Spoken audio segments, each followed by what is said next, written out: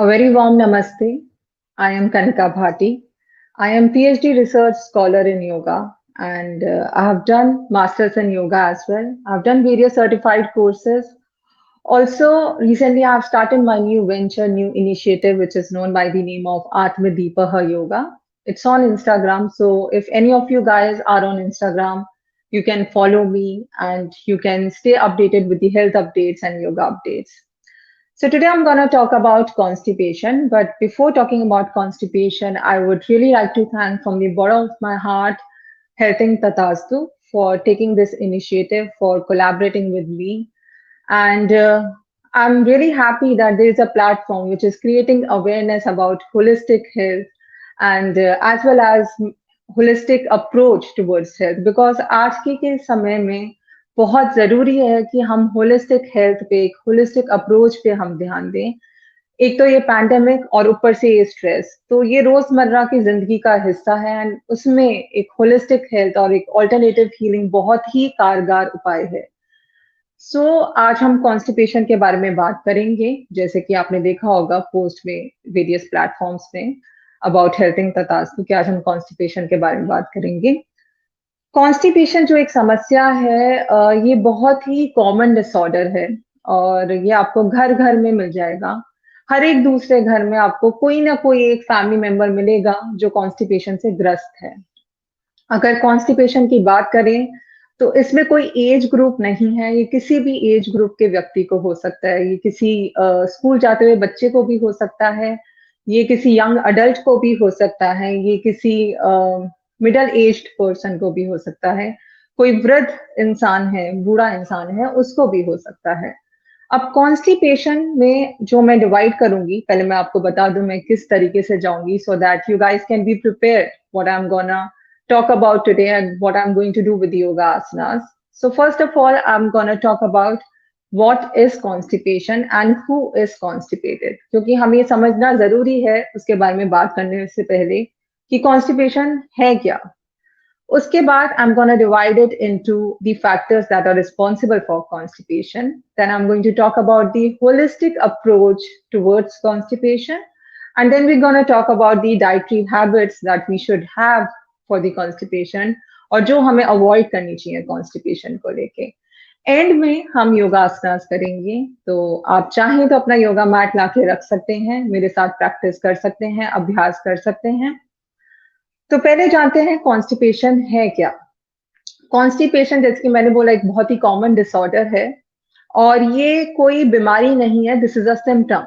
ये एक सिम्टम है जो हमारी बॉडी हमें देती है जब हमारा इरेगुलर बाउल सिस्टम हो जाता है, जब हम सही से एलिमिनेट नहीं कर पाते, सही से इवैक्यूएट नहीं कर पाते जो भी टॉक्सिक मैटर हमारे डाइजेस्टिव सिस्टम में क्रिएट होता है। और जब ये जो डिसऑर्डर है, जब ये क्रोनिक लेवल पे चला जाता है, क्योंकि हम रोजमर्रा की जिंदगी में से बहुत जनरली अवॉइड या इग्नोर कर देते हैं, क्या हुआ, पेट ही तो साफ नहीं हुआ, ये सोच के हम इसको एक इग्नोर कर देते हैं। तो जब आप कुछ टाइम तक इसको इग्नोर करते हैं, कुछ हफ्तों तक, कुछ महीनों तक, कुछ सालों तक, तो ये क्रोनिक डिसऑर्डर बन जाता है। और वो क्रोनिक डिसऑर्डर बनने से ये काफी सारी बीमारियां अपने अंदर घर कर लेता है, क्योंकि ये जड़ हो जाता है शरीर में बैठ जाता है ये कॉन्स्टिपेशन। और जब ये जड़ रूप ले लेता है आपके शरीर में, तब बहुत सारी बीमारियां ये अट्रैक्ट कर लेता है, जिसको आजकल के टाइम में हम साइकोसोमैटिक कह लीजिए या लाइफस्टाइल डिसऑर्डर्स भी कहते हैं, जैसे कि अस्थमा हो गया, डायबिटीज हो गया, ब्लड प्रेशर इश्यूज हो गए, हार्ट एंड वैस्कुलर डिजीजेस हो गई, और आप इसमें इंसोम्निया ले सकते हैं, इसमें गठिया का प्रॉब्लम ले सकते हैं, अर्थराइटिस का प्रॉब्लम ले सकते हैं। ये सारी जो समस्याएं हैं ये कहीं ना कहीं लाइफस्टाइल डिजीजेस हैं। और कॉन्स्टिपेशन के बारे में एक और बात करना चाहूंगी इससे पहले। आई थिंक एक ह्यूमन बीइंग का एक बहुत ही मतलब बहुत ही सिंपलिस्टिक प्लेजर है टू डेफिकेट, जो कि हर एक इंसान के पास होता है, नेचुरली होना चाहिए, to evacuate that toxic matter every day, जो हम कर सकते हैं बहुत ही इजीली। बट क्योंकि हमारा लाइफस्टाइल ऐसा हो गया है, हम वो प्लेजर ही भूल गए हैं कि इवैक्यूएशन करना। कई जगह तो कई देशों में, इनफैक्ट यूरोपियन कंट्रीज देख लीजिए आप, और अमेरिका जैसे देशों में बहुत कॉमन है 2-2 दिन तक इवैक्यूएट नहीं करना, एक्सपेल नहीं करना वेस्ट मैटर 3-3 दिन तक। तो वो इसको बहुत ही आम सी बात मानते हैं, जो कि इतना आम नहीं है। ये काफी खतरनाक है हमारे शारीरिक अवस्था के लिए, अगर हम इसको अच्छे से चिंतन मनन करें इसके बारे में। तो कॉन्स्टिपेशन की जो डेफिनेशन है, who is constipated and what is constipation, इसकी कोई एज सच प्रिसाइज डेफिनेशन नहीं है कहीं भी किसी बुक में, या कहीं भी कोई ऐसा तथ्य नहीं दिया हुआ है जिससे आपको ये डायरेक्ट पता लग जाए यही कॉन्स्टिपेशन है। But there are few factors जिससे हम रिकॉग्नाइज कर सकते हैं कि कॉन्स्टिपेशन है क्या। तो उसमें से पहला फैक्टर जो आता है इरेगुलर बाउल सिस्टम, जैसे कि मैंने पहले बोला कि कोई समय निश्चित नहीं होता आपका। आप सुबह जा रहे हैं, शाम को जा रहे हैं, कोई रात को जा रहा है, कोई समय निश्चित नहीं है कि ये समय है सुबह उठते ही जाना है। तो एक समय जहां निश्चित होता है आपका, वहां आपको हम ये कह सकते हैं कि कॉन्स्टिपेशन नहीं है। एक टाइम आपका अगर फिक्स्ड है, पर अगर आपका एक टाइम फिक्स नहीं है जाने का, तो कॉन्स्टिपेशन है।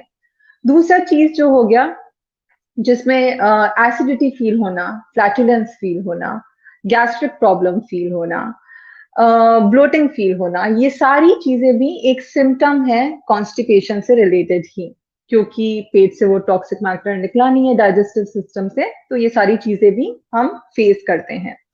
तीसरी चीज जो है, जो कि स्टूल्स होते हैं आपके, जो पूप निकलता है, वो एक हार्ड फॉर्म में स्टूल्स निकलते हैं। वो उसमें वो सॉफ्टनेस नहीं होती। क्या होता है कि जब हम इसको क्रोनिक लेवल पे ले जाते हैं तो फ्लैसिड बन जाते हैं हमारे स्टूल्स, और वो मस्कुलर टोन अपना छोड़ देते हैं। And as we know that our body is made up of 70% of water, 70% पानी होता है हमारे शरीर में। तो वो जो स्टूल्स होते हैं, वो पेट में ही रह के, आपके आंतों में रह के, इंटेस्टाइन्स में रह के, वो उस पानी को एब्जॉर्ब कर लेते हैं और हार्ड होते चले जाते हैं दिन पर दिन। तो ये कुछ फैक्टर्स है जिससे हम कह सकते हैं कि कॉन्स्टिपेशन है एक इंसान को। दूसरी चीज, एक ये वेरी करता है डिफरेंट रीजन में, डिफरेंट कंट्रीज में, क्योंकि हर जगह का क्लाइमेट अलग है, हर जगह का कल्चर अलग है, हर जगह का खाने पीने का तरीका अलग है। तो ये उस हिसाब से भी डिफर करता है, पर मोटे मोटे तौर पे हम इन फैक्टर्स को कंसिडर कर सकते हैं। अब कॉन्स्टिपेशन के जो कुछ फैक्टर्स रिस्पॉन्सिबल हैं, मेनली रिस्पॉन्सिबल हैं, वैसे तो बहुत सारे हैं, बट प्रिसाइज रूप में अगर हम बात करें, तो पहला है sedentary lifestyle, second is lack of exercise, third is lack of proper diet, and fourth is toilet position. Now we are going to talk about it, these things, कि ये हैं क्या। First is sedentary lifestyle. I think ये अपने आप में ही बता रहा है आजकल की जो जीवन शैली हो गई है, एक ही जगह बैठे रहना, ज्यादा मूवमेंट नहीं होना, ज्यादा मोबिलिटी नहीं रखना। एक तो ये पैंडेमिक शुरू हो चुका है, तो इस वजह से, पैंडेमिक की वजह से हम काफी टाइम से काफी लोग बाहर नहीं निकल रहे हैं, जो कि एक चीज सही भी है, बट उस वजह से एक मोबिलिटी जो रोजमर्रा की जिंदगी में हमारा चलना फिरना होता था, जितना होता था उससे वो कम हो गया है। तो वो भी कहीं ना कहीं अफेक्ट करता है। उससे पहले भी अगर हम देखें, जो एक नॉर्मल लाइफस्टाइल आपको मेट्रो सिटीज में देखने को मिलता है, या मोस्ट ऑफ दी सिटीज में, आप घर से उठ के गाड़ी में बैठते हैं, गाड़ी से उठ के ऑफिस जाते हैं, ऑफिस में भी आप पूरे दिन बैठे रहते हैं, ऑफिस से फिर आप वापस गाड़ी में बैठते हैं, और गाड़ी से वापस घर में आ जाते हैं। तो वो कहीं ना कहीं मोबिलिटी होना बहुत जरूरी है। इसका एक जो सिंपल सा सॉल्यूशन है, try to find an excuse, बहाने ढूंढिए चलने फिरने के लिए। उसमें आप कुछ कुछ चीजें हैं, जैसे मैं अपने लाइफस्टाइल में करती हूँ, मैं उसी के अकॉर्डिंग ही बता पाऊंगी, कि आप अपनी गाड़ी जब पार्क करते हैं तो पार्किंग पोजीशन से थोड़ा दूर पार्क कीजिए, ताकि आप कुछ कदम चल पाए। Instead of taking lift, lift लेने के बजाय स्टेयर केस लीजिए, सीढ़ियां चढ़िए। और घर पे भी अगर आपको कुछ भी काम हो, तो टेक एन इनिशिएटिव, कि मैं, अगर कोई आपसे सपोजिटली पानी मांग रहा है, तो बोलिए कि मैं पानी ले आती हूँ, या मैं पानी ले आता हूँ। और आजकल अगर आपके घर में मेड नहीं आ रही है बिकॉज पैंडेमिक की वजह से, सो जो घर का काम है वो भी खुद करिए, तो एक मोबिलिटी बनी रहेगी आपकी बॉडी में इस तरीके से। और मोबिलिटी से क्या होता है, जब हम मोबाइल नहीं होती हमारी बॉडी, हम उतना मूवमेंट नहीं करते, एक हमारी मसल्स में काफी स्टिफनेस आ जाती है, और उस स्टिफनेस की वजह से हमारा जो एक प्रॉपर असिमिलेशन होता है फूड का, ब्रेक डाउन ऑफ फूड जो होना चाहिए, उसके बाद जो एलिमिनेशन प्रोसेस है, रेक्टम तक जाना, इवैक्यूएशन, वो सब कहीं ना कहीं स्टक अप हो जाता है। तो इसलिए मोबिलिटी रहना बहुत जरूरी है। जितना आप शरीर को चलाएंगे उतना आपके लिए बेहतर रहेगा। दूसरी चीज lack of exercise. Lack of exercise के अगर बारे में मैं बात करूं, मैं योगा से हूं तो ऑब्वियसली मैं योगा को प्रेफरेंस देती हूँ। और मैं ये भी बताऊंगी योगा को क्यों प्रेफरेंस देना चाहिए आगे, स्पेशली कॉन्स्टिपेशन के लिए। बट इसके अलावा भी अगर आप कोई भी रोजमर्रा की जिंदगी में एनी स्पोर्ट एक्टिविटी, कोई भी स्पोर्ट एक्टिविटी आपको पसंद है वो आप कर सकते हैं। अगर आपको क्रिकेट खेलना पसंद है क्रिकेट खेलिए, अगर आपको टहलना पसंद है आप टहलिए, बट कोई भी एक्टिविटी करिए जो एक्सरसाइज के रूप में हो, जो आपके बॉडी में वो एक्टिवनेस ला सके। Third is lack of proper diet which is a major part of constipation. अब प्रॉपर डाइट के बारे में अगर हम बात करें, आजकल के समय में हम फाइबर रिच डाइट नहीं लेते हैं। हम ऐसी डाइट नहीं लेते हैं जो एक बल्क क्रिएट कर सके हमारे डाइजेस्टिव सिस्टम में। मोस्ट ऑफ द टाइम हम बहुत ही डीप फ्राइड फूड्स खाते हैं। We prefer doing that and we prefer having something that is rich in starch. तो और इवन ये जो नॉन वेजिटेरियन फूड्स हो गए, मीट हो गया, एग हो गया, पोल्ट्री फूड्स हो गए, फिश हो गई आपकी, और ये जो मिल्क प्रोडक्ट्स भी हो गए, इन सब में प्रोटीन तो बहुत ज्यादा आपको मात्रा में मिल जाएगा, बट कहीं ना कहीं ये आपके जो डाइजेस्टिव सिस्टम को बहुत स्लो डाउन कर देता है, क्योंकि बहुत ये हैवी होता है।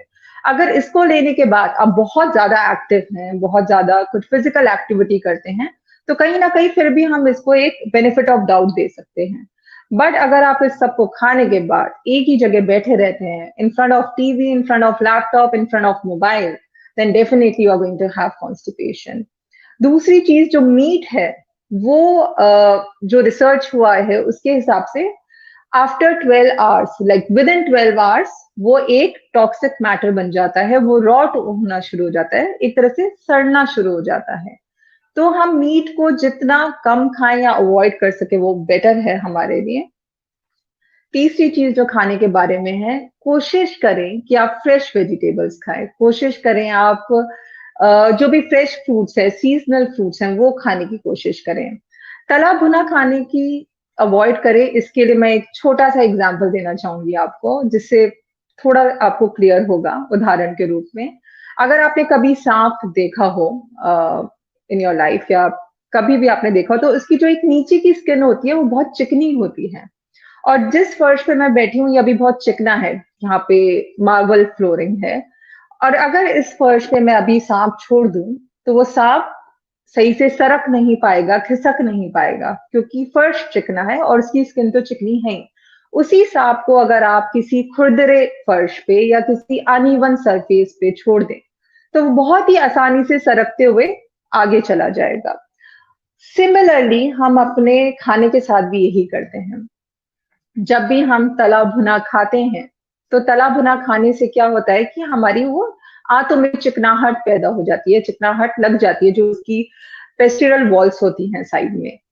और हम उसके बाद वो खाना जो खा लिया हमने वो नीचे सरक के नहीं जा पाता है आंतों से। आप देखें तो आंतों का अपना स्ट्रक्चर जो है छोटी आंत का बहुत कॉम्प्लिकेटेड है, और उसको सरकने में, उसको ब्रेक डाउन होने में, उसको असिमुलेट होने में बहुत ज्यादा प्रॉब्लम होती है।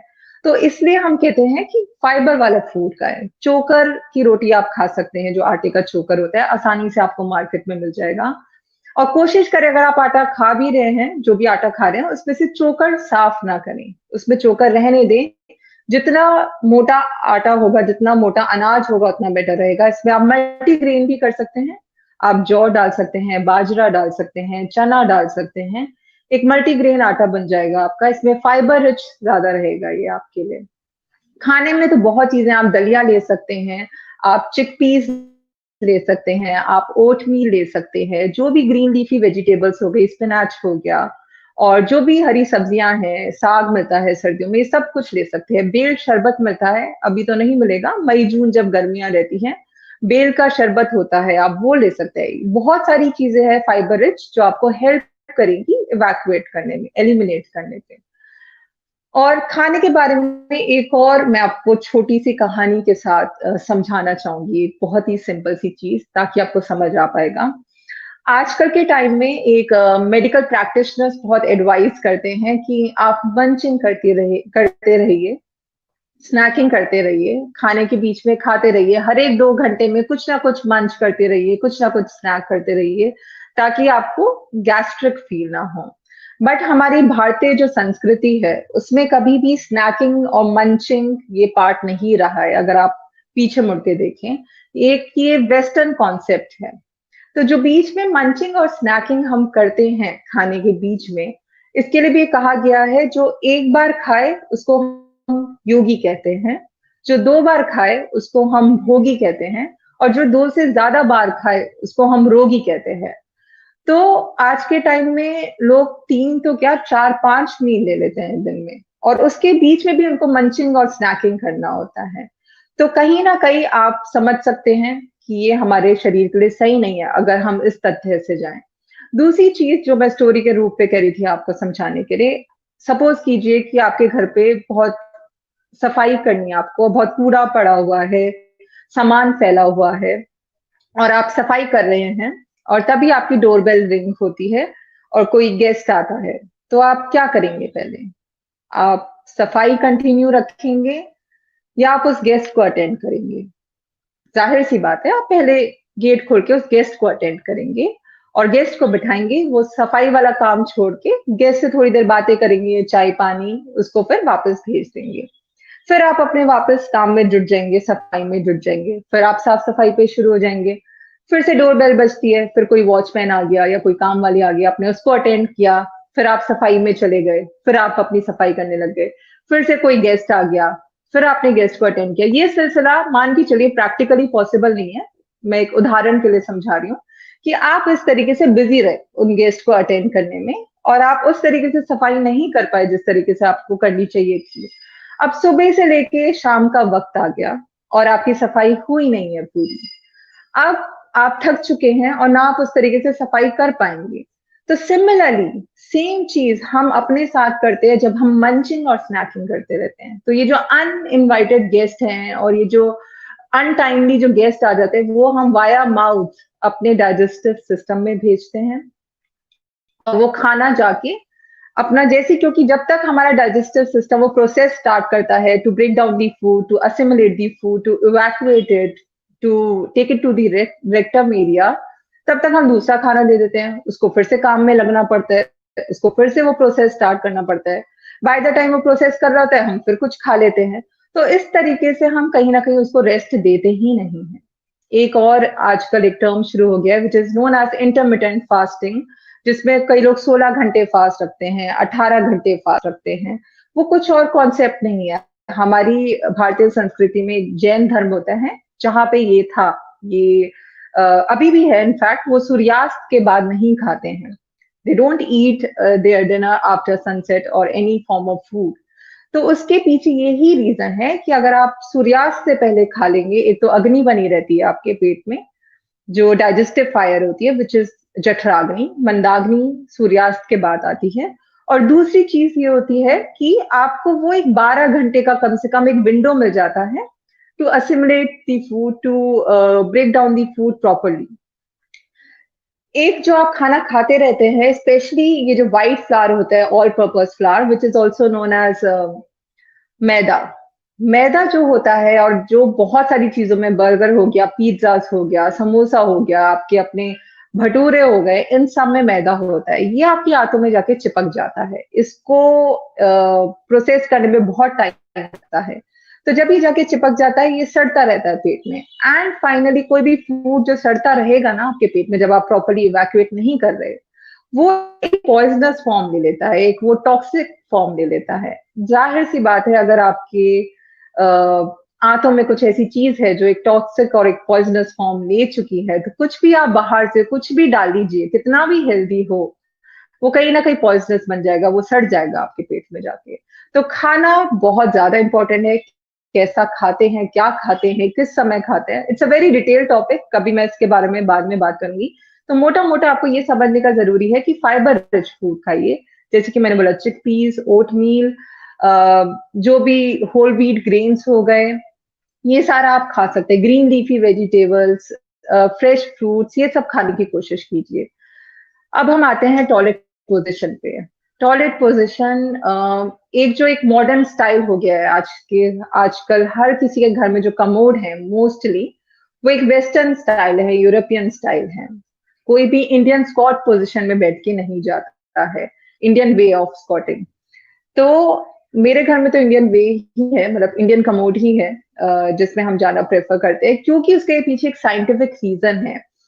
इससे मैं एक लाइटर नोट पे शेयर करना चाहूंगी। अगर आप में से पीकू मूवी देखी है किसी ने, तो उसमें कॉन्स्टिपेशन को बहुत ही लाइटर एक्सप्लेन किया गया है। एंड आई थिंक उसमें देयर वाज अ सीन जब इरफान खान अमिताभ बच्चन को एक्सप्लेन करता है why is it important to go to evacuate और to eliminate in the way Indian squatting position or Indian commode position. तो आई थिंक वो करता भी है एंड शायद ही वॉज एबल टू इवैक्यूएट, ऐसा कुछ होता है उसमें। तो उसके पीछे रीजन यही है कि हमारे काफ एरिया में हमारी जो काफ मसल्स हैं उस पर प्रेशर पॉइंट्स होते हैं। तो जब हम इंडियन स्क्वाटिंग पोजिशन में बैठते हैं, इंडियन कमोड स्टाइल की पोजिशन में बैठते हैं, तो ऑलरेडी वो प्रेशर पॉइंट्स प्रेस होते हैं और वो आपके डाइजेशन में हेल्प करते हैं। तो there is a asana related to it which is known as Malasana. मैं आपको करके दिखाऊंगी तो आपको समझ आएगा मैं किस बारे में बात कर रही हूँ, कहाँ वो प्रेशर पॉइंट्स होते हैं। तो ये रही फैक्टर्स की बात। ये सारे फैक्टर्स रिस्पॉन्सिबल हैं कहीं ना कहीं कॉन्स्टिपेशन के लिए। तो प्लीज हो सके तो वेस्टर्न वे में ना जाके, क्योंकि वेस्टर्न जो कमोड है वो एक बहुत ही जो मतलब बहुत ही फिजिकली रूप से ग्रस्त है, अर्थराइटिस है सीवियर लेवल पे, बैठ नहीं सकते, बूढ़े लोग हैं उनके लिए है। जवान और स्वस्थ व्यक्ति के लिए वेस्टर्न यूरोप और यूरोपियन स्टाइल कमोड नहीं प्रेफर किए जाते। तो कोशिश करें कि इंडियन कमोड में जाएं। अगर नहीं है तो वेस्टर्न कमोड में भी आप नीचे स्टूल रख सकते हैं और थोड़े अपने दोनों टांगों को, पैरों को एलिवेट कर सकते हैं ताकि सही से इवैक्यूएशन हो सके। नाउ होलिस्टिक जो अप्रोच है इसकी कॉन्स्टिपेशन की, उससे पहले एक और टर्म है जिसके बारे में मैं बात करना चाहूंगी, which is known as mental constipation.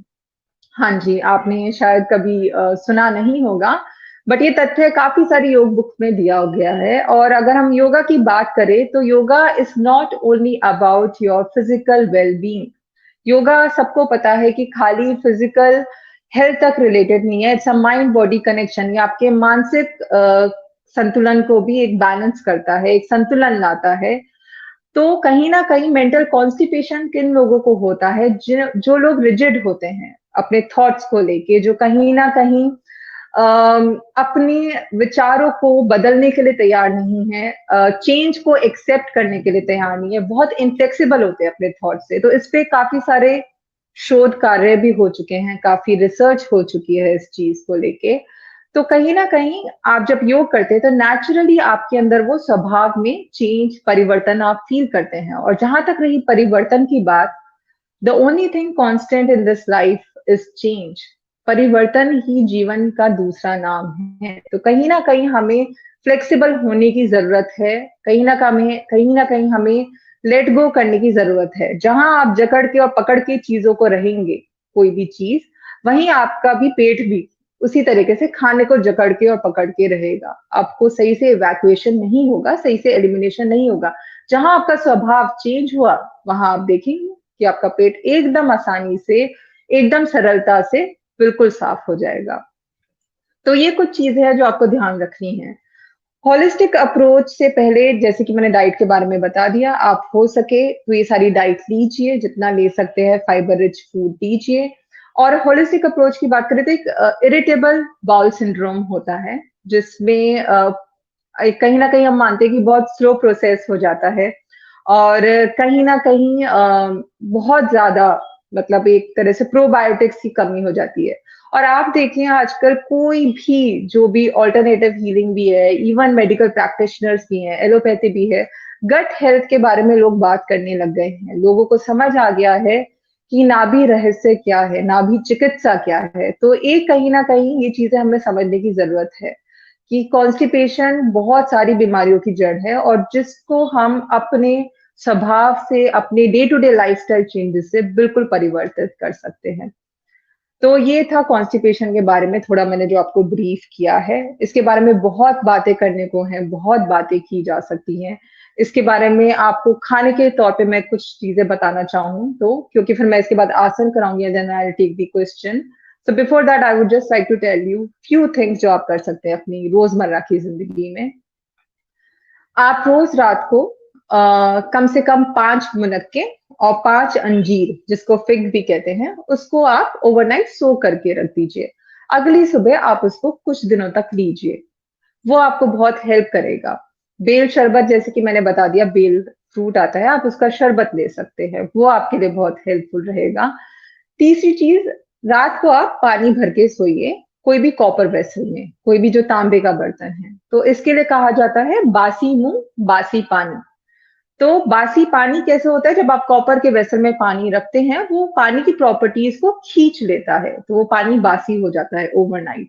और बासी मुंह आपको अपना सुबह उठ के कोई बेड टी नहीं लेनी, कोई ब्रशिंग या कुछ नहीं करना। वो जो सलाइवा में जो बैक्टीरिया है, that will help you with the relieving of toxic matter, expelling toxic matter. तो उसके लिए आप वो पानी सुबह सुबह उठ के लीजिए। उसको आप चाहे तो थोड़ा गुनगुना कर सकते हैं, नहीं तो आप उस पानी को ऐसे भी ले सकते हैं।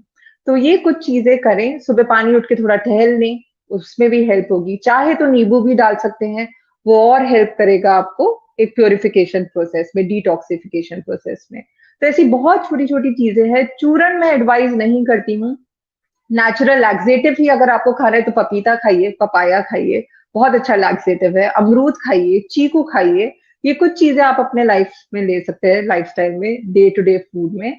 बट नेचुरल लैक्सेटिव बेटर है। आप ये ईसबगोल और ये अम्ल चूर्ण, त्रिफला चूर्ण ले सकते हैं अगर कोई इमरजेंसी सिचुएशन है। बट रोजमर्रा की जिंदगी में अगर आप इसको लेने लगेंगे, आपके शरीर को एक आदत पड़ जाएगी, और जब शरीर को आदत पड़ जाएगी तो नेचुरल वे में जो आता था वो भी आना बंद हो जाएगा। So I personally don't advise it, but आप चाहें तो आप ले सकते हैं। That is your choice, completely your choice.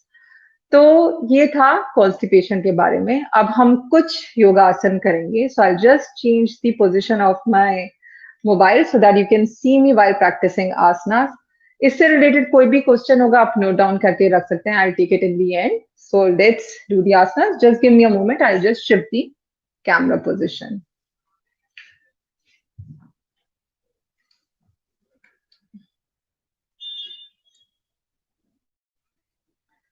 I hope मैं visible हूँ आपको. I'll just try to adjust it.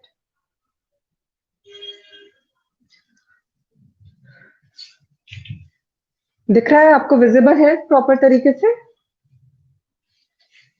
I just hope visible हो।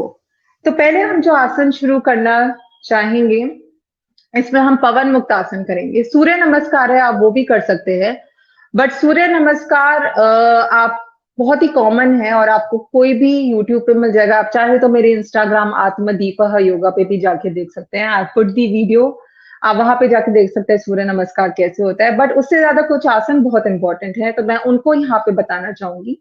वो आसन आप करेंगे तो आपके लिए बहुत ईजी हो जाएगा digestion process. But make sure कि जो मैंने डाइट बताई है और जो लाइफस्टाइल चेंजेस बताए हैं वो भी आप फॉलो करें। तो अगर आप मैट है आपके पास, आप मेरे साथ कर सकते हैं। यू कैन ज्वाइन मी इन। तो पहले हम पवन मुक्त आसन करेंगे। पवन मुक्त आसन, जैसे ये आसन का नाम ही बता रहा है कि ये गैस्ट्रिक प्रॉब्लम के लिए या जो भी आपकी पेट से रिलेटेड समस्या होती हैं उनमें हेल्प करता है। तो इसके लिए पहले हम लेट जाएंगे अपने मैट पे। अब आप अपना राइट लेग ऊपर उठाएंगे सांस भरते हुए। Now you fold your leg, knee से फोल्ड करेंगे अपनी लेग को। इंटरलेस योर फिंगर्स और आप प्रेस करेंगे फोल्डेड लेग को। पहले आपने इनहेल किया, फोल्ड किया लेग को, इंटरलेस किया फिंगर्स को। एक्सहेल करते हुए आप अपना सिर हल्के से उठाएंगे, पेट पे दबाव देते हुए पैर से you will expel the breath, अपनी ब्रीदिंग को बाहर छोड़ेंगे। और you try to touch your nose और फोरहेड और जो भी आपको कंफर्टेबल हो। इसी पोजीशन में कुछ देर रहेंगे, फिर इनहेल करेंगे, लेग को खोलेंगे, एक्सहेल करते हुए नीचे आएंगे। इसी तरीके से आप दूसरी टांग से भी कर सकते हैं। इसको आप दोनों टांगों से भी कर सकते हैं, दोनों टांगों को फोल्ड करके ऊपर उठाएंगे, इनहेल करेंगे, एक्सहेल करते हुए अपने पेट के पास ले जाएंगे, इंटरलॉक करेंगे फिंगर्स को, दबाव देंगे अपने पेट पे, फिर सांस छोड़ते हुए अपने सिर को ऊपर उठाएंगे और नाक या ठुड्डी को नी से लगाने की, घुटने से लगाने की कोशिश करेंगे। इनहेल करते हुए वापस, एक्सहेल करते हुए दोनों टांगों को आराम से नीचे ले आएंगे। ये हो गया पवन मुक्तासन। अब आप पेट के बल आएंगे, प्रोन पोजिशन। ये आसन आप चाहे तो 5 बार कर सकते हैं, मैं एक एक बार करके ही आपको सारे आसन दिखाऊंगी। इनको आप 5 बार कर सकते हैं, और अगर आपको ज्यादा टाइम करने का मन हो तो वो भी कर सकते हैं, इसमें कोई नुकसान नहीं है। बस ये ध्यान रखिए कि आपका पेट खाली हो, तभी आपको ये हेल्प करेगा। तो पेट खाली होने में ही करेंगे, खाना खा के ना करें। बट एक आसन है इसमें जो आप खाना खा के कर सकते हैं, वो भी इस बारे में भी बात करेंगे। अब हम करेंगे त्रियक भुजंग आसन। त्रियक भुजंग आसन में आपको अपने मैट पे पेट के बल लेट जाना है, फोरहेड को मैट पे रखना है, दोनों पाम्स को आपको अपने चेस्ट के बाजू में रखना है, और दोनों टोज को, पंजों को उंगलियों पे रखना है। So you tuck your toes. Now you inhale, raise your upper up body, open up your chest, जितना ओपन कर सकते हैं चेस्ट को ओपन करेंगे, and you will twist your body from the upper side, from the waist, and opposite heel को देखने की कोशिश करेंगे। फिर वापस आएंगे और फिर नीचे जाएंगे। एक बार और करेंगे, मैं ब्रीदिंग के साथ बताऊंगी। और इनहेल करते हुए ऊपर जाएंगे, एक्सहेल करते हुए ट्विस्ट करेंगे, ऑपोजिट हील को देखेंगे कंधे के ऊपर से, इनहेल करते हुए आगे आएंगे, एक्सहेल करते हुए नीचे जाएंगे। सो ये त्रियक भुजंग आसन है, ये बहुत ही हेल्पफुल है। आप करना चाहे तो कोई 5 से 10 बार इसको कर सकते हैं। लेफ्ट और राइट ये पूरा एक राउंड माना जाता है। एक बार आप लेफ्ट साइड से करेंगे, एक बार आप राइट साइड से करेंगे, तो ये पूरा एक राउंड है। इस तरीके से 5 से 10 राउंड कीजिए, आपको जरूर फर्क महसूस होगा। इसी में हम पेट के बल शलभासन भी कर सकते हैं। तो शलभासन के लिए आप अपना सिर नीचे रखेंगे, दोनों टांगों को मिला सकते हैं आप, दोनों हाथ आपके थाई के नीचे होंगे, चिन पे रेस्ट करेंगे, एक टांग को ऊपर उठाएंगे, कुछ देर रखेंगे यहाँ पे, फिर छोड़ते हुए नीचे, फिर इनहेल करेंगे, एक्सहेल करते हुए दूसरी टांग को ऊपर उठाएंगे, फिर नीचे करेंगे। इसको आप दोनों टांगों से भी कर सकते हैं, दोनों टांगों को ऊपर भी उठा के रख सकते हैं। Make sure that your chin is touching the mat. तो ये हो गया शलभासन। इसको भी आप कम से कम 5-10 बार कीजिए।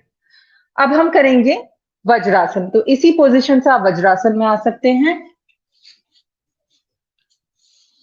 वज्रासन की बात करें तो वज्रासन एक ऐसा आसन है जो आप खाने के बाद भी कर सकते हैं। I am not very sure, दिख रहा है या सो आप इसको खाने के बाद भी कर सकते हैं, और टीवी देखते हुए भी कर सकते हैं, किताब पढ़ते हुए भी कर सकते हैं। तो इसमें आपको कुछ करने की जरूरत नहीं है। आपको आई थिंक विजिबल नहीं है नीचे से, या तो मेरा फेस नहीं दिखेगा, क्योंकि मेन है आपको आसन दिखे, वो ज्यादा जरूरी है। तो इसमें आपको दोनों अपनी जो हील्स है वो सिट बोन्स के नीचे रखनी है। तो there is a simple way जिसपे आप बैठ सकते हैं। दोनों टांगों को सीधा करके सामने रख लीजिए इस तरीके से, ठीक है। आराम से इस पे बैठ के, इसको हम दंडासन कहते हैं। Now fold your left leg from the knee, rest your heel. जो हील है आपको इसको सिट बोन के नीचे रख लीजिए, अपने बटक के नीचे रख लीजिए। Then fold your another leg, इसको आप अपने दूसरे सिट बोन के नीचे रख सकते हैं। इस तरीके से आप थंडरबोल्ट पोजीशन कहते हैं, जो हम वज्रासन में आ गए। दोनों हथेलियों को आप अपने थाई पे रिलैक्स करके रख सकते हैं। Seat straight, head neck spine एक स्ट्रेट लाइन में रहेगी, एक सीध में रहेगी, और दोनों शोल्डर्स को थोड़ा रोल करके पीछे ले जाइए, चेस्ट ओपन कीजिए, and you can sit here, you can watch the TV if you want to, you can read the book if you want to, जो भी चाहें आप कर सकते हैं। जैसे कि मैंने बताया था आपको कि आपकी जो काफ मसल्स होती हैं, जो काफ एरिया है, उसमें बहुत सारे प्रेशर पॉइंट्स होते हैं, और कहीं ना कहीं ये जो ब्लड सर्कुलेशन है ये तेजी से बढ़ा देता है। और जैसे कि ये जो प्रेशर पॉइंट्स होते हैं डायरेक्ट हमारे स्टमक से रिलेटेड है, डाइजेस्टिव सिस्टम से रिलेटेड है, तो बहुत हेल्प करते हैं ये। इसी में अब हम करेंगे अर्ध मत्स्येंद्र आसन। अर्ध मत्स्येंद्र आसन के लिए दोनों टांगे फिर से बाहर खोल लीजिए, अपने सामने रख लीजिए इस तरीके से, एक लेग को फोल्ड कीजिए और उसको अपने हिप जॉइंट के बाजू में ले जाइए, दूसरी लेग को फोल्ड करके उसको घुटने के बाजू में ले जाइए। उसके बाद अपनी स्पाइन को स्ट्रेट कीजिए, लेंदन कीजिए, जितना खोल सकते हैं खोलिए, हाथ को ऊपर सीधा करके ट्विस्ट करते हुए नी के साइड लेके आना है। जो नी आपका इधर है उसी का हाथ, आपका अगर लेफ्ट नी उठा हुआ है तो लेफ्ट हाथ को आप पीछे रेस्ट कर देंगे इस तरीके से। दूसरे हाथ को आप इस तरीके से भी रख सकते हैं, आपकी फ्लेक्सिबिलिटी अगर आपको अलाउ करती है तो आप अपना फीट भी ग्रैब कर सकते हैं या एंकल ग्रैब कर सकते हैं। जब फाइनल पोजीशन में आप आ जाएं, so twist your neck towards the opposite side, पीछे देखना है आपको, in line with your shoulder. तो ये तीनों चीज एक लाइन में आएंगी आपकी, चिन, दोनों शोल्डर्स, तो एक सम अवस्था में, सामान्य अवस्था में एक ही लाइन में आना है इसको। तो या तो आप इस तरीके से भी देख सकते हैं, ट्विस्ट करके ये भी कर सकते हैं। जैसे कि आपको आसन में दिख रहा होगा, ये मेरे पेट पे प्रेशर डाल रहा है, ये लेग, यहाँ पे मेरे एब्डोमिनल्स पे जो डाइजेस्टिव ट्रैक्ट है, जो डाइजेस्टिव सिस्टम है, उस पर प्रेशर पड़ रहा है, और यही मुझे हेल्प करेगा कॉन्स्टिपेशन को भगाने में। तो आप इस तरीके से इस पोजीशन में, इस पोजीशन में, या फिर इस पोजीशन में, जो भी पोजीशन आपको कंफर्टेबल हो वो आप कर सकते हैं। इसी के साथ हम जो एक और आसन कर सकते हैं वो बहुत ही सिंपल आसन है, विच इज मंडूक आसन। तो इसमें हम वापस वज्रासन में जाएंगे। वज्रासन में जाके आपको दोनों हाथों की मुट्ठी बनानी है। तो अंगूठा अंदर, अंगूठे के ऊपर ये चारों उंगलियां ऐसे लपेट लेनी है, इसको नाभि के इर्द गिर्द रखना है इस तरीके से, सांस गहरा भरते हुए छोड़ते हुए आगे जाना है, इस तरीके से आगे झुकना है, सामने देखना है। ये पूरा आपके एब्डोमिनल्स पे प्रेशर क्रिएट करेगा। इनहेल करते हुए वापस आना है, इसको कहते हैं मंडूक आसन। आप ये भी कर सकते हैं बहुत इजीली। ऐसे बहुत सारे आसन हैं, आसन तो सारे ही इनफैक्ट हेल्पफुल होते हैं कॉन्स्टिपेशन के लिए, बट ये कुछ आसन है जो आपको बहुत ज्यादा हेल्प करेंगे। एक और आसन है जिसको हम कहते हैं बद्धकोण आसन, जिसको एक बटरफ्लाई पोज के नाम से भी जाना जाता है। तो उसके लिए आप सिंपली क्या कर सकते हैं, इस तरीके से दोनों हील्स को आप पास में मिलाना है, दोनों सोल को, जो तलवे हैं वो आपस में मिले होने चाहिए। इसको क्लोजर लाना है पेरिनियम के, ग्रॉइन एरिया के, जितना आप पास ला सकते हैं। इस तरीके से रख के कोशिश कीजिए कि आपकी नी और आपका थाई फ्लैट हो जाए। अगर नहीं हो रहा है तो आप दोनों हाथों से प्रेशर देके उसको इस तरीके से फ्लैट कर सकते हैं। चाहे तो आप आगे झुक सकते हैं, आगे झुक के अगर आपकी फ्लेक्सिबिलिटी अलाउ करे तो आप फोरहेड को टच कर सकते हैं। That is totally a choice, ये एक ऑप्शन है, जरूरी नहीं है। आप चाहे तो इस पोजीशन में बैठ सकते हैं। अगर आपके दोनों टांगे नीचे नहीं लग रही है, सपोजिटली यहाँ कहीं पोजीशन पे है, तो कोई भी कुशन लेके या एक ब्लॉक आते हैं योगा लेके, वो एक सपोर्ट दे सकते हैं, जितना भी एक गैप बना हुआ है। तो कहीं ना कहीं प्रेशर क्रिएट करेगा, which is directly related to your digestive tract, digestive system. 72,000 नस नाड़ियां होती हैं हमारे शरीर में, वो सारी जब कहीं ना कहीं जब वो पेन करती है तो वो एक फ्लो एनर्जी का स्टार्ट होता है, वाइटल फोर्स या प्राण शक्ति का जो स्टार्ट होता है। तो ये सब उसमें बहुत कारगर रहता है। अब बात करेंगे हम प्राणायाम की। ये हो गए कुछ योगासन। प्राणायाम में आप कपालभाति कर सकते हैं, आप भस्त्रिका कर सकते हैं, आप सूर्य भेदी कर सकते हैं। तो मैं थोड़ा-थोड़ा तीनों के बारे में बताऊँगी, उसके बाद हम मुद्रा की बात करेंगे और मुद्रा के बाद आप मुझसे अपने सवाल पूछ सकते हैं। तो प्राणायाम में कपालभाति में हम क्या करते हैं, जो हमारा एक्सहेलेशन रहता है, जो सांस छोड़ने की प्रक्रिया है, वो एक्टिव रहती है और इनहेलेशन जो रहेगा वो पैसिव रहेगा। तो हम इनहेलेशन पे ना ध्यान देके सरल भाषा में बोलूं तो हम एक्सहेलेशन पे ध्यान देंगे, सांस छोड़ने पर ध्यान देंगे। तो हमें इसके लिए क्या करना है, हम क्रॉस लेग पोजीशन में भी बैठ सकते हैं, हम चाहे तो पद्मासन में भी बैठ सकते हैं अगर आपकी फ्लेक्सिबिलिटी अलाउ करे, बट आपकी जो स्पाइनल कॉर्ड है, जो हेड है, जो नेक है, वो एक लाइन में होना बहुत जरूरी है, चाहे आप कोई भी प्राणायाम करें, क्योंकि it is a part of central nervous system. आपका ब्रेन के साथ कनेक्शन होता है, तभी आपको जब ये स्पाइन स्ट्रेट रहेगी तो एनर्जी एक स्ट्रेट लाइन में फ्लो कर पाएगी। तो हम पहले बात करते हैं कपालभाति की, जैसे मैंने बोला एक्टिव एक्सहेलेशन। तो हम स्ट्रोक मारेंगे अपने पेट से। मैं आपको सामने से भी एक बार दिखाऊंगी और एक बार साइड से दिखाऊंगी ताकि आपको दोनों एंगल से दिख पाए। तो इसमें आपको एक्सहेलेशन करना है,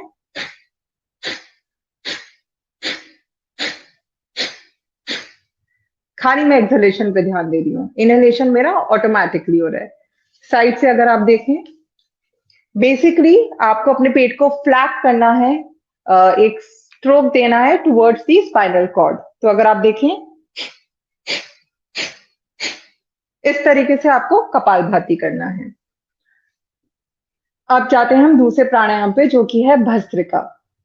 कपालभाति में हम खाली एक्सहेलेशन पे ध्यान दे रहे थे, जो कि एक्टिव एक्सहेलेशन था। भस्त्रिका में हम एक्टिव एक्सहेलेशन और एक्टिव इनहेलेशन दोनों ही चीजें करेंगे, दोनों ही एक्टिव फॉर्म में होंगी। पहले स्लो स्टार्ट करेंगे, फिर स्पीड लेंगे और फिर स्लो डाउन करके हम उसको एंड करेंगे। जैसे एक रेलगाड़ी चलती है, ट्रेन चलती है, स्लोली स्टार्ट होती है, स्पीड लेती है और फिर स्लो डाउन होती है। सिमिलरली हमें भस्त्रिका करना है। तो भस्त्रिका में पहले हम सांस भरेंगे और छोड़ेंगे, लंबी गहरी सांस भरेंगे और छोड़ेंगे।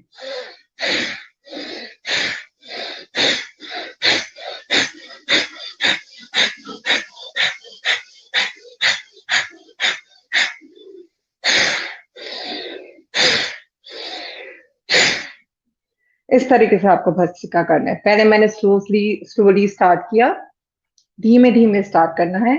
मैंने फिर ग्रेजुअली स्पीड पकड़ी और फिर स्लो डाउन करके छोड़ा। ये हो गया भस्त्रिका। अब हम बात करेंगे सूर्य भेदन की। तो जो सूर्य भेदन है, हमारी एक ईड़ा नाड़ी होती है, एक पिंगला नाड़ी होती है। तो पिंगला नाड़ी हमारी सूर्य नाड़ी होती है और right nostril is considered as surya nadi. तो इसमें सूर्य भेदन, भेदन मतलब छेद करना, जैसे आप जानते हैं। तो हम राइट नॉस्ट्रल से इनहेल करेंगे और लेफ्ट नॉस्ट्रल से एक्सहेल करेंगे। दिस इज नोन एज सूर्य भेदी प्राणायाम। तो हम इंडेक्स फिंगर और मिडिल फिंगर को आज्ञा चक्र, जहां आप बिंदी लगाते हैं, बिटवीन द आईब्रो आप रखेंगे। Close your, first of all inhale from right nostril. Right nostril से गहरा लंबा सांस लेंगे। Will close our right nostril, then will exhale from left nostril. This is known as surya bhedan. एक बार और बता दूं, इनहेल करेंगे राइट नॉस्ट्रल से, दोनों नॉस्ट्रल बंद रखेंगे। आई थिंक पहले मैंने बोला नहीं, राइट नॉस्ट्रल भी बंद रहेगा, लेफ्ट नॉस्ट्रल भी बंद रहेगा। अब राइट नॉस्ट्रल खोल के आप राइट नॉस्ट्रल से सांस भरें। Close your right nostril, open up your left nostril, exhale from left nostril. Clear? बहुत ही सिंपल है ये, बहुत ही सूक्ष्म तरह का प्राणायाम है। आप कभी भी किसी भी वक्त कर सकते हैं। किसी को ज्यादा ठंड लगती है, उसमें भी ये बहुत कारगर रहता है, आपके अंदर एक एनर्जी क्रिएट करता है। जैसे सूर्य में ऊर्जा शक्ति रहती है, आपके शरीर में भी ऊर्जा शक्ति उसी प्रकार बनी रहती है इसको करने से। अब हम बात करेंगे मुद्रा की। मुद्रा के लिए मुझे थोड़ा पास आना पड़ेगा ताकि आप देख पाए कि मैं कौन सी मुद्राओं की बात कर रही हूँ। तो मुद्रा के लिए just give me a moment. मुद्रा में हमारे पांचों अंगों में 5 तत्व हैं। ये हमारा अग्नि तत्व है, ये वायु तत्व है, आकाश तत्व है, पृथ्वी तत्व है और जल तत्व है। तो इसमें एक अपान मुद्रा कर सकते हैं हम और अपान वायु मुद्रा कर सकते हैं। अपान मुद्रा में आपको जो आपकी आकाश तत्व वाली मिडिल फिंगर है और जो आपकी रिंग फिंगर है, इन दोनों की टिप आपको थंब से ज्वाइन करनी है। सो जैसे हम बचपन में शायद हिरन बनाते थे शैडो के लिए, तो इस तरीके से आपको ये अपान मुद्रा करनी है। बाकी दोनों फिंगर स्ट्रेट रहेंगी। इसको आप 5 मिनट से 48 मिनट्स तक या 50 मिनट्स तक कर सकते हैं और कभी भी किसी भी वक्त कर सकते हैं। ये हो गई अपान। और अपान वायु मुद्रा, जैसे कि मैंने बोला ये वायु एलिमेंट है, वायु तत्व है। तो इसको हम जो थंब का जो बेस है, जो थंब का जो बेस है उससे लगा देंगे। तो एक बार मैं बताती हूँ, इसको थंब के बेस से लगाएंगे हम। आई थिंक इसमें क्लियर दिख रहा होगा। थंब के बेस से लगा के मिडिल फिंगर और रिंग फिंगर को इस तरीके से जोड़ लेंगे और इसको आप अपने घुटनों पे रखिए। कभी भी आप ध्यान कर रहे हैं, आप पूजा कर रहे हैं, आप बैठ के टीवी देख रहे हैं, 5 से 50 मिनट तक आप इसको रख सकते हैं। मिनिमम 5 मिनट तो रखें ही इसका असर देखने के लिए। सो ये कुछ चीजें हैं आप कर सकते हैं। बाकी डिटॉक्सिफिकेशन में शंख प्रक्षालन रहता है, लघु शंख क्रिया रहती है, नौली क्रिया रहती है, बस्ती क्रिया रहती है। ये सारे षटकर्म की क्रिया हैं और ये मैं अभी आपको लाइव सेशन में नहीं बता सकती। इसके लिए आपको किसी के अंडर ऑब्जर्वेंस करना पड़ेगा।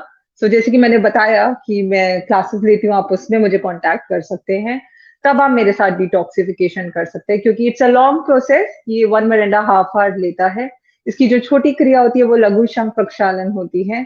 तो उसमें हम कुछ पानी पीते हैं, कुछ योगासन करते हैं, इस तरीके से एक प्रोसेस करते हैं। नेचुरल वे में हम अनीमा लेते हैं एक तरीके से। तो ये था योगा अभ्यास। ये था आज कुछ बातें जो मैंने आपसे शेयर करी। बाकी बहुत सारी चीजें हैं बताने के लिए, बट आई थिंक एक सेशन उसके लिए काफी नहीं है।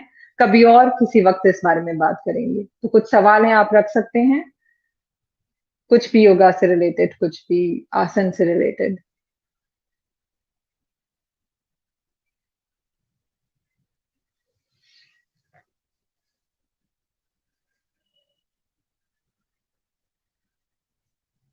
हाँ जी, बताइए क्या हेल्प चाहिए आपको।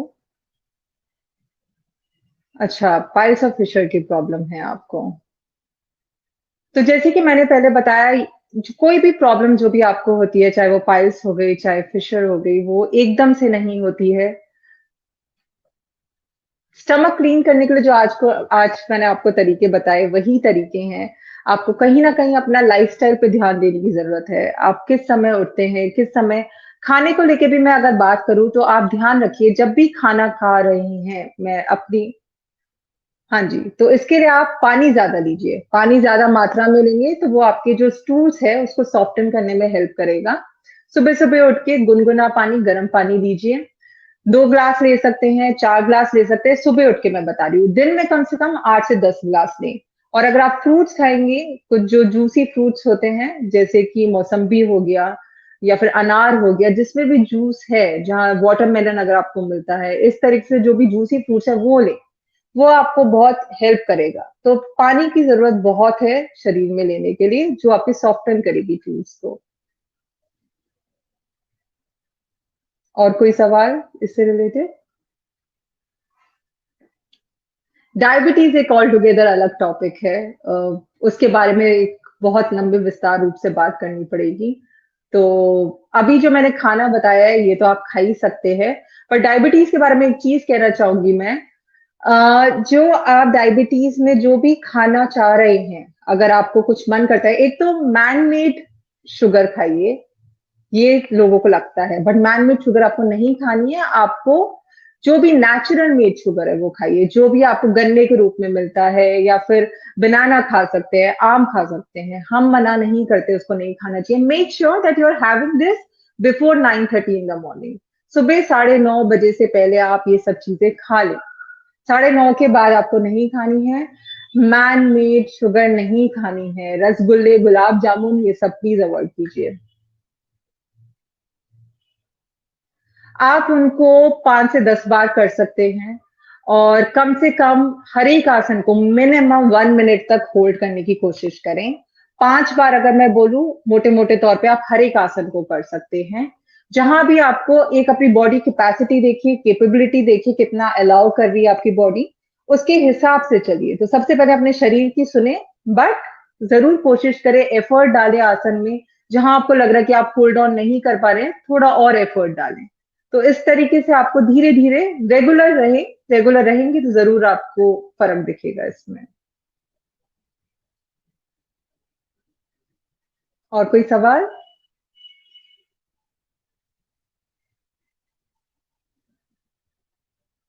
रात को सोने के वक़्त ढूँढने की समस्या, क्या ढूँढने की समस्या? मोबाइल ढूँढने की समस्या? मैं समझी नहीं आपका प्रश्न। थोड़ा आप इसको एक्सप्लेन कर पाएँगे तो शायद मैं इसका उत्तर दे पाऊँ।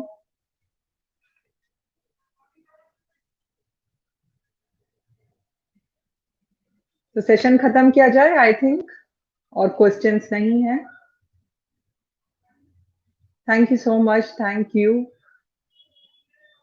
ओके, तो आई थिंक और सवाल आने बंद हो गए हैं। मैं कभी फिर जुड़ूंगी आपके साथ, कभी और किसी टॉपिक में बात करेंगे, योगासन भी करेंगे। रोज तौर पे योगासन करते रहिए, कोई ना कोई रोजमर्रा की कोई भी एक्टिविटी करते रहिए ताकि आपके शरीर में एक मोबिलिटी बनी रहे। आज के लिए इतना ही। थैंक यू सो मच मेरे साथ जुड़ने के लिए। बहुत बहुत नमस्ते। Thank you.